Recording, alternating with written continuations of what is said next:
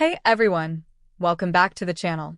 In today's beginner-friendly Python project, we're going to build a simple weather app that pulls real-time weather data using a free API. If you're new to Python, this is the perfect project to help you practice variables, functions, user input, and working with APIs. Our weather app will ask the user for a city name, send that city to a weather API, and then display the temperature, humidity, and a short description like clear sky or light rain. This is a great first step into real-world Python projects because you're connecting your code to live data from the internet. You only need two things for this project: Python installed on your computer and a free API key from openweathermap.org. Once you create a free account, you'll get an API key, basically a password that lets your Python script request weather data. Let's walk through the code step by step. First, we import the requests library, which allows Python to talk to websites and APIs. Next, we create a variable called API_key and paste in your key. Then we build the API URL. It includes the city name, your key, and the units you want. We'll use Fahrenheit for this example.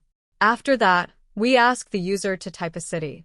Python sends that city to the API, receives the weather data, and stores it in a variable called response. We convert that response into JSON format, which lets us access the temperature, humidity, and description. Finally, we print everything in a clean, readable format so the user sees something like temperature 72 degrees Fahrenheit, humidity 60%, condition clear sky. And just like that, you've built a real Python weather app. This project teaches you how real applications work.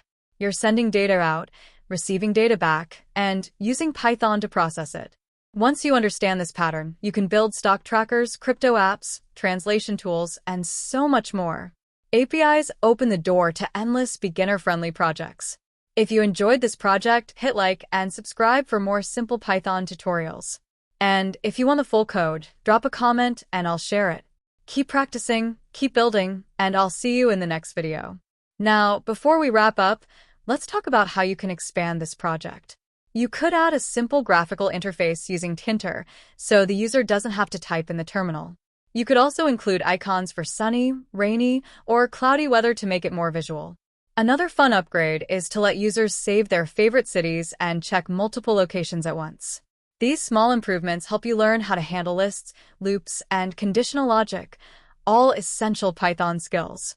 The best part is that every change you make teaches you something new about how real programs evolve. So keep experimenting, keep tweaking your code, and remember, every line you write brings you one step closer to mastering Python.